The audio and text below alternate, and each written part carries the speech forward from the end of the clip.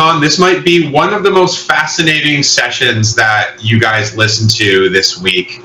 Vidur Bhatnagar is a principal PMT in product assurance, risk, and security, and he's going to share an amazing story about a startup that he founded. This guy is the real deal. He's got so much great experience, and he's going to share that with you, talking about road mapping. And even if you're a new or super experienced PM, he's going to share some stuff you've never heard of before. So I'm looking forward to hearing what he has to say. Perfect. Thank you, Kevin, for the kind words. And thank you all for joining this session on the art of prioritizing and road mapping. And while you might have attended previous sessions on this topic, like Kevin mentioned, and I promise you, you will learn something totally unexpected today.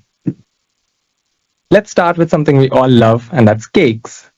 And as we are going through a baking craze fest during this pandemic, don't we all wish that our baking process looked something like this? But instead, it often looks like this, and then some, finally culminating into a Reddit meme. This often happens with our products too, right? And while millions of things can go wrong, there is something in your control that, if done right, does not guarantee success, but if done wrong, mostly ends up with your projects or products looking like the cake on the right. And that, of course, is prioritization. And everybody talks about prioritizing ruthlessly. We all know prioritization is important, and we know the importance of working backwards, figuring out our whys, the flywheels, but very often we overlook how these connect. So today, I will not only talk about how to prioritize ruthlessly, but also what are the inputs to prioritization. Before that, just a quick hello. I'm Vidur. I recently joined Amazon as a principal PMT for the transportation risk and compliance team, where I'm currently building my 11th 0-to-1 product. And a shameless plug, we are actually hiring SDEs. Previously, I've built and managed a wide variety of products, from augmented reality platforms all the way to Moneyball for cricket. And I've twice been a founder. And today I'm going to tell you the story of my second startup, Keratin, and how 3 engineers built the world's most advanced breast milk management platform for neonatal ICUs. During this presentation, I will take you through the stages of how we built a product and a company from a hackathon and took it to market. But wait, why breast milk management? The reason is, and if you're in US, the chances are really high that either you have had a baby in the NICU, which is the neonatal ICU, or you know someone who did. Because in US alone, each year, we have around 500,000 babies who are admitted to one of the 1,100 neonatal ICUs. And one such year, one such baby was my nephew. Interesting fact, on the list of top 10 countries with NICU admissions, which has countries like Zambia, US is the only developed nation at number 6. And number 1 is India with 2 million babies per year. And for those little babies, breast milk is liquid gold. Empirical research has proven that babies who get more breast milk have fewer morbidities like necrotizing enterocolitis or retinopathy of prematurity, and they go home sooner because a mom's body tailors her breast milk for the unique requirements of her baby. Stevie Wonders was blind because of retinopathy of prematurity that has one known cause, prematurity, and one known cure, breast milk. Unfortunately, the entire process of breast milk management at a NICU is horribly broken. First, moms have to pump at home while they are physically separated. And this greatly affects her pumping output, as she cannot see her baby or hear the baby cry. She has to do this 8 times per day. Next, when the mom or the dad delivers the bunch of bottles to the NICU, nurses spend a ridiculous amount of time just managing breast milk. It's an extremely manual process that has several steps about receiving breast milk, thawing it, combining it, splitting it, feeding the baby, adding vitamin A or B to it. And because it is so manual, it has manual errors like feeding expired milk or feeding somebody else's milk. And this is a seminal sin. Breast milk is like blood. It is a bodily fluid after all, and has all the same risks of transference of HIV, hepatitis, and so on. And finally, lactation consultants in the hospital, who are tasked with helping moms lactate and keep on track to continue pumping, have no idea how well moms are pumping. Sounds scary, right? You don't know whose milk your baby is drinking. So we decided to fix it.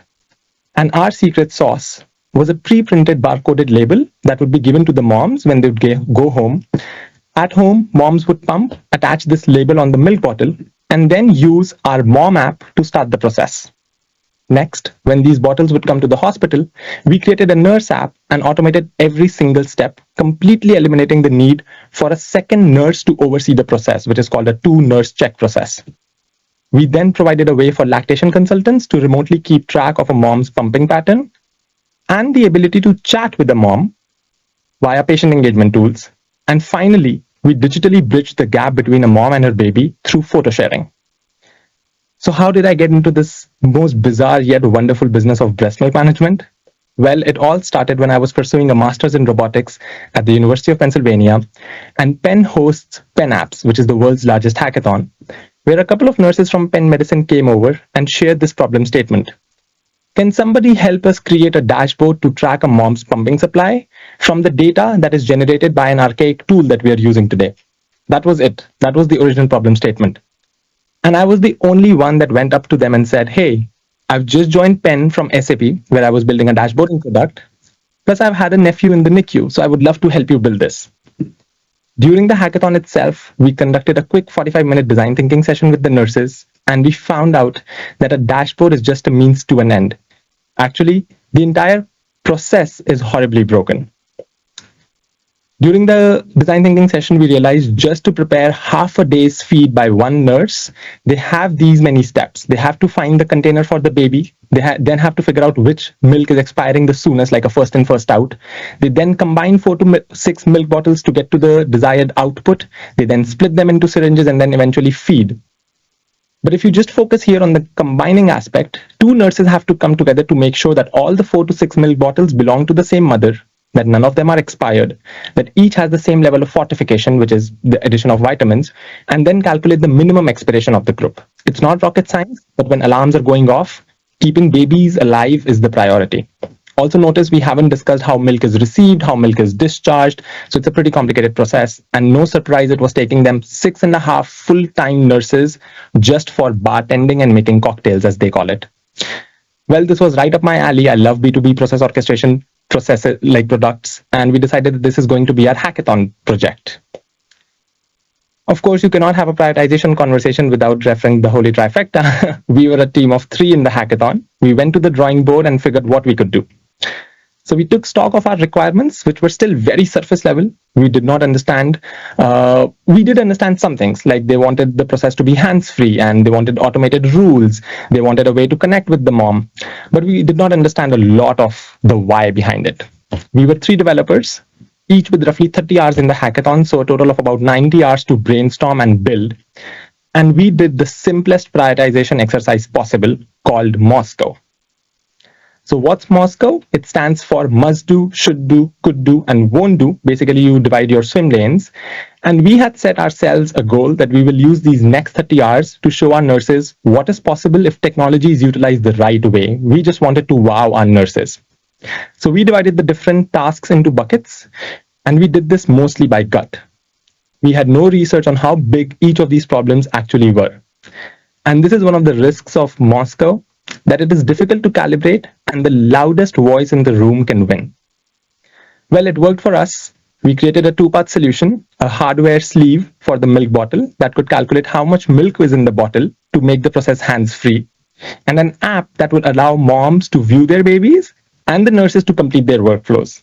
It was super scrappy. After all, we did it in less than 30 hours, but it worked. We won second prize, and we were judged by a Y Combinator partner called Kevin Hale. And more so, our users to be were absolutely ecstatic. So in the next 30 days, I decided to launch this as a formal company, raised our first $100,000, and we knew that we had barely scratched the surface of what's ahead of us. It was a long road ahead. So jumping back, we knew that our first order of business was diving deep into the world of NICU breast milk management to collect our requirements and constraints to understand that customer lens. And we started by conducting design thinking sessions with our nurses, lactation consultants, and the nurse managers. We used to call them chronicles of the ICN, which is intensive care nursery. This, along with shadowing them, helped us in understanding even the most arcane problem statements, like how to handle twins and triplets from the same mom. What if the 2 babies who are from the same mom on the same fortification level? What if they're on different fortification level? That single requirement to handle twins and triplets shaped the entire software architecture of Keratin, which eventually resulted in a 60-page patent. By the end of it all, they had given me a special desk in the freezer room where I would compile my notes and eventually code. But beyond the nursing staff, we also surveyed about 300 moms. And while different moms shared different pain points, every single mom told us that remembering to pump 8 times is one of the most difficult tasks, which no single nurse had told us about. Beyond that, we studied 500 pages of research, cold called around 50 NICUs to understand the problem statement further. And needless to say, I now know more about breast milk than I would have ever known. Just to help you appreciate the context a little bit more, this is how many states a breast milk bottle can be between the home and the hospital. So bottles are frozen, they are thawed, they can be submitted to the unit, they are discharged from the unit, so on and so forth. Okay, so moving on, a reason to conduct those sessions was also to figure out the why. Why go through this entire process at all? And for that, we had to tap into the emotions. There's a famous example where they say to solve slow elevators, you install mirrors and not faster motors, because the true problem is that the wait time is boring. So while the nurses spoke about the process challenges, their main motivation was to get back to being nurses and not waste time mixing milk. Understanding this was super critical in defining our goals. Like for our nurse app, we wanted our nurses to come to the app, do their stuff, and get out. Our success metric was how little of our app did nurses use. Same with our lactation consultants, it was a time problem, and for our moms, it was a guilt problem. And as we connected the dots, we realized everything is a means to the end, so that the babies get more breast milk, because those who do are discharged sooner. As you see, if we go from the original problem statement of creating a dashboard, and when we kept asking the 5 whys, it always boiled down to this. This is what became our North Star 2. And to enable the North Star, we wanted to complete the process of breast milk management without any errors as quickly as possible and help moms improve pumping outcomes. Finally, armed with all that background knowledge, we were able to come up with our napkin version of the flywheel. We wanted to start by automating breast milk management, which would generate enough data to enable lactation analytics. Those insights, along with photo sharing and chat counseling, would improve a mom's engagement, which would result in happier moms, which would result in improved pumping outcomes, meaning more bottles for the NICU, which would require an automated breast milk management solution. Wonderful. But as you'll notice, we haven't discussed a prioritization framework for a while now, after Moscow. This is because these inputs to prioritization are just as critical to get right. And our final task was figuring out what metrics we will track to justify the success or failure of our platform. You have your typical AARRR metrics, which is the activation, acquisition, referral, revenue, and so on. But then you have to have product metrics, which are specific to your domain. For us, we had some short-term operational metrics like number of hours spent or number of feeds or number of errors. But we also had some long-term metrics that materialized over several months, like baby's length of stay. So back to the drawing board we went, but this time our list of requirements were longer and much better refined. At this point, I had raised about $1 million in our seed round, and we had 2 full-time devs, and I was playing a 50% CTO role and 50% CEO role. So we were about 2.5 developers, and we set ourselves a target of 3 months to a proof of concept and another 3 months to launch. But as is often the case, our requirements to SDE ratio was pretty lopsided. We needed to prioritize our build order, and we looked at 2 lesser known but extremely effective frameworks called RICE and Systemico. So what's RICE? It is basically a fancier cost value effort matrix, which I'm sure many of you might have used, but with an additional column for confidence. And this is what I love most about RICE. It promotes transparency on what areas need more research before we commit ourselves with code. So for RICE, you need to calibrate each of the R, I, C, and E. And for us, it was something like this. First, reach is what percentage of population of the target audience does this impact? We scored a 10 for nurses and anything IT security related. 6 for LCs, 6 for moms, and 1 for nurse manager.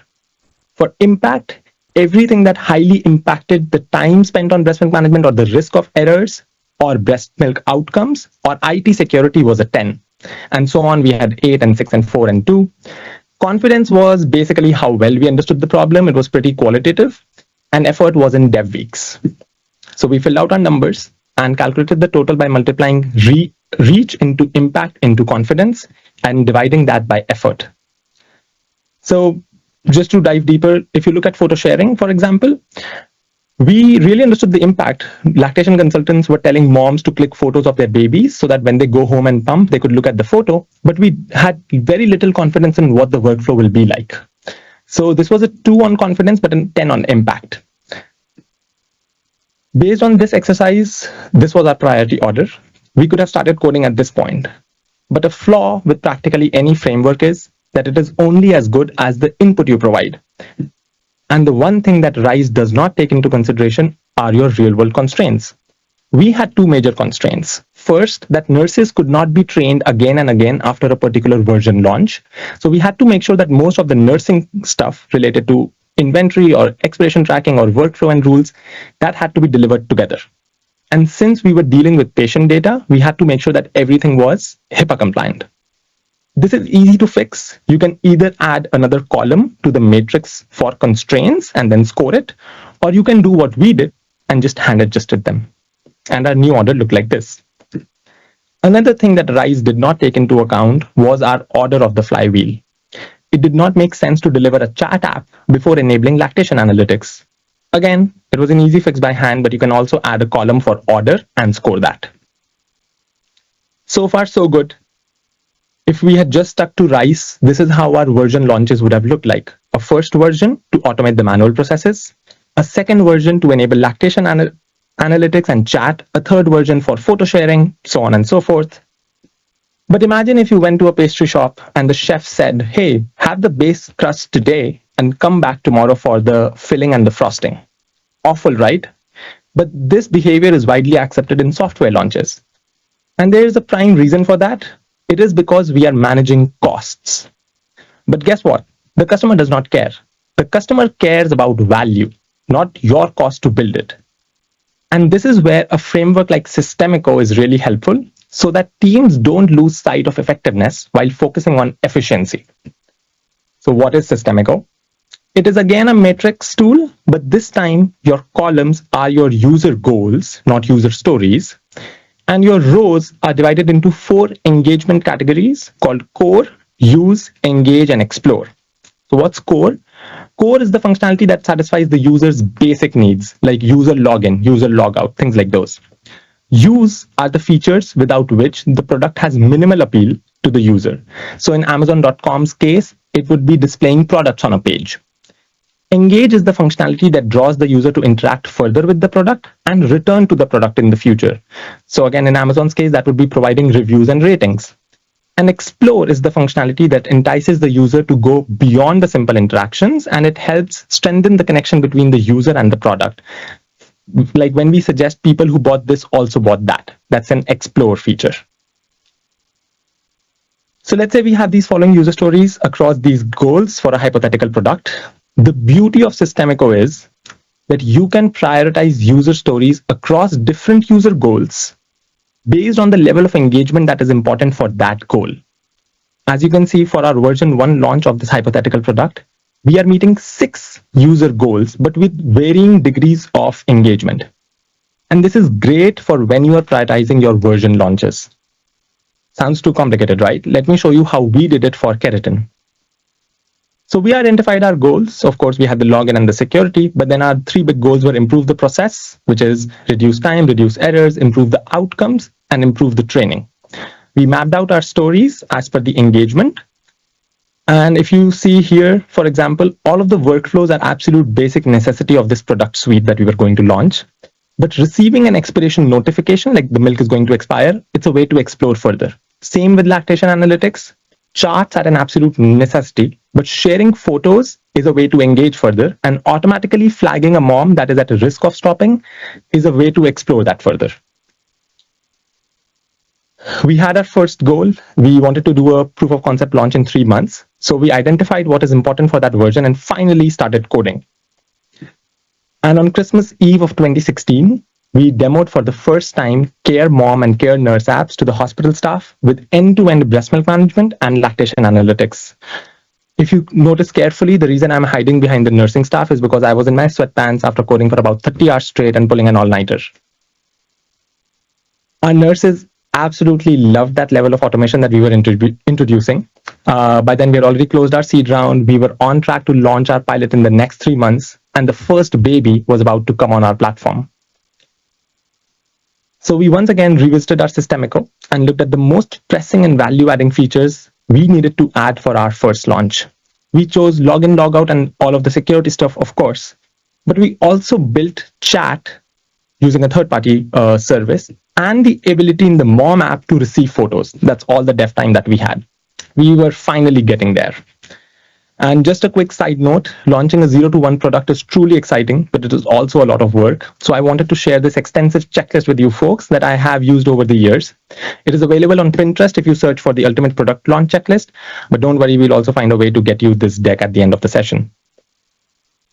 So finally, on April 4th, 2017, we went live with 2 apps, Care Mom and Care Nurse. And within those 2 apps, we had 4 products for feeding management, real-time lactation analytics, text chat, and photo sharing. And we delivered an experience that none of our users had previously thought was possible. From the 20-year-old nurse to the 60-year-old nurse in the NICU, everybody was excited to try the app. And within a few months, all of our hard work started showing results. You remember those metrics we were discussing about? We were killing it on all the fronts. We brought down expiration of breast milk by 50%, saved roughly $60,000 in just relabeling cost. Our moms were pumping more by about 40%. Our nurses' satisfaction went up from 15 to 90+%. And those errors, we caught about 120 of those. Hospitals would tell us we have 6 to 7 errors in 6 to 7 years. We were catching 10 to 15 per month. And while all these were phenomenal numbers, there was something magical that was happening in the background. We figured that for each photo that was shown to a mom, they would pump about 72 mLs more milk, which is roughly 2.5 feeds for a baby. But do you remember from the system echo that I showed you, while we had enabled the Mom app to receive the photos, we had never enabled the Nurse app to send them. And that was intentional because our confidence was super low. We did not understand how the workflow would work, as well as whether the nurses were convinced to even send a photo. That's extra work for them, right? So how did we get to this stat? Well, this is where I used a lovely trick called fake the backend. I would actually go to the hospital every day, click photos of the 5 babies who were on our system in the pilot, and throughout the day, keep sending mom a couple of photos via Postman, which is an API tool. And I would attach a cute quote like sleep, eat, poop, repeat. Our moms absolutely loved it. Imagine showing a mom her premature daughter's photo when she opened her eyes for the first time. My mobile phone number was the support telephone number in the app, and I would get calls from moms literally in tears thanking us for building this app. And not just that, this helped us tremendously in getting a buy-in from nurses. And in the next 2 sprints, we added the nurse workflow to send photos as well. Again, the conviction to do things like this, it would have been impossible had we not done an extensive working backwards. Last but not least, building long-term roadmaps. As our customers understood the state of what is now possible, their expectations grew pretty quickly. As somebody wisely said, yesterday's wow quickly becomes today's boring. We were getting inundated with requests like automating donor milk management, which is a full-fledged workflow in itself, integrating with their EMRs and so on and so forth. But we were still a very small team. So there were 2 things that we did to manage our roadmap. The first was we wrote everything down.